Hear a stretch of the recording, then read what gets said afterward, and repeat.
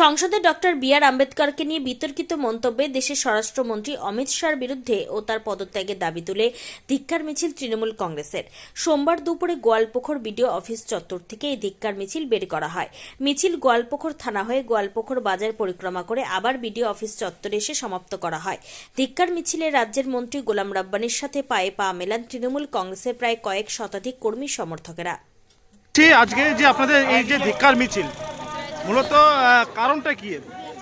একটাই কারণ, সারা ভারতবর্ষ আজকে সারা ভারতে সারা পশ্চিমবাংলায় নিন্দা করছে অমিত শাহ, যিনি হোম মিনিস্টার আমাদের ভারতের, উনি যদি একটা অত বড় মাপের নেতার এগেনস্টে বাজে কথা মন্তব্য করে ফ্লোর অফ দ্য হাউসে পার্লামেন্টে, এটা সহ্য করা যায় না। যার জন্য আমরা আমাদের মুখ্যমন্ত্রী মমতা ব্যানার্জি সবসময় উনি আওয়াজে আগে উঠান।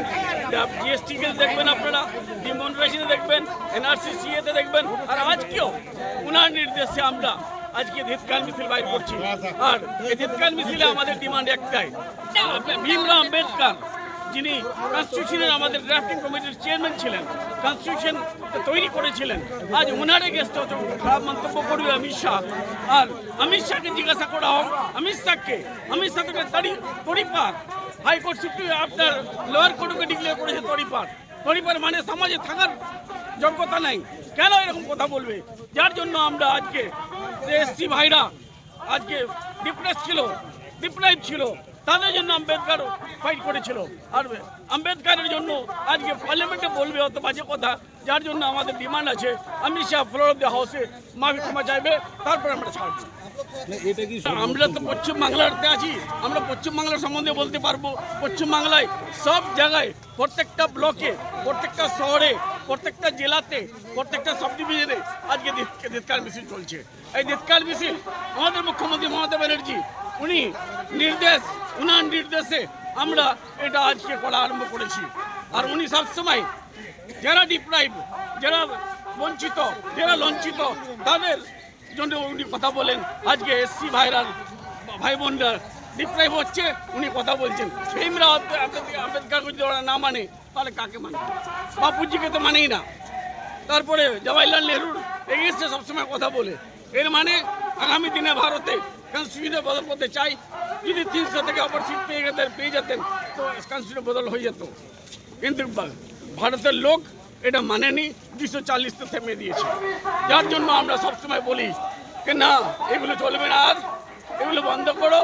আজকে তোমরা ভোট নেওয়ার জন্য হিন্দু মুসলিম করো, ভোট নিয়ে নাও। একটা কার্ড আছে ওদের কাছে, কি হিন্দু মুসলিম, আর হিন্দু মুসলিম করে একটা কমিউনাল কার্ড গুলো ভোট নিয়ে নেয়। আজকে যে হিন্দু মুসলিম করে ভোটটা নেয়, তারা কি এসসির জন্য ময়া নাই? যে এসসি এসটি আম্বেদকর যে কনস্টিটিউশনে আপনার সুযোগ সুবিধা দিয়েছে, ওই সুযোগ সুবিধাগুলো বঞ্চিত করার জন্য একটা পরিকল্পনা চলছে। এই ঘটনার পরিপ্রেক্ষিতে তরফ থেকে যে আম্বেদকরকে নিয়ে তার ধিক্কার মিছিল, মূলত যে এই যে বর্বরচিতা, এই যে কুরুচিতকর কথা, কারণটা কি?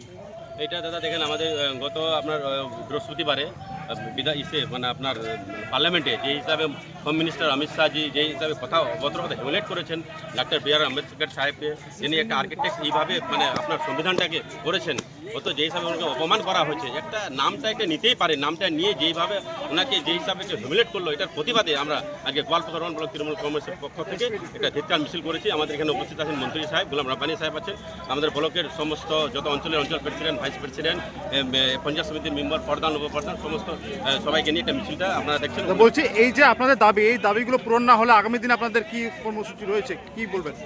আমাদের দলনেত্রী শ্রীমতী মমতা বন্দ্যোপাধ্যায় যে হিসাবে আমাদেরকে আদেশ দিবেন ব্লক স্তরে, আজকে আমাদের ব্লক লেভেলে করছি, যদি আমাদেরকে আদেশ দেয় আমাদের প্রতিটি বুথে, আমরা এই হিসাবে ধর্ণা অবরোধ করে অমিত শাহ মানে একটা রেজিগনেশন চাইবো, ক্ষমা চাক, না হলে আমরা প্রতিবাদ করতে যাব।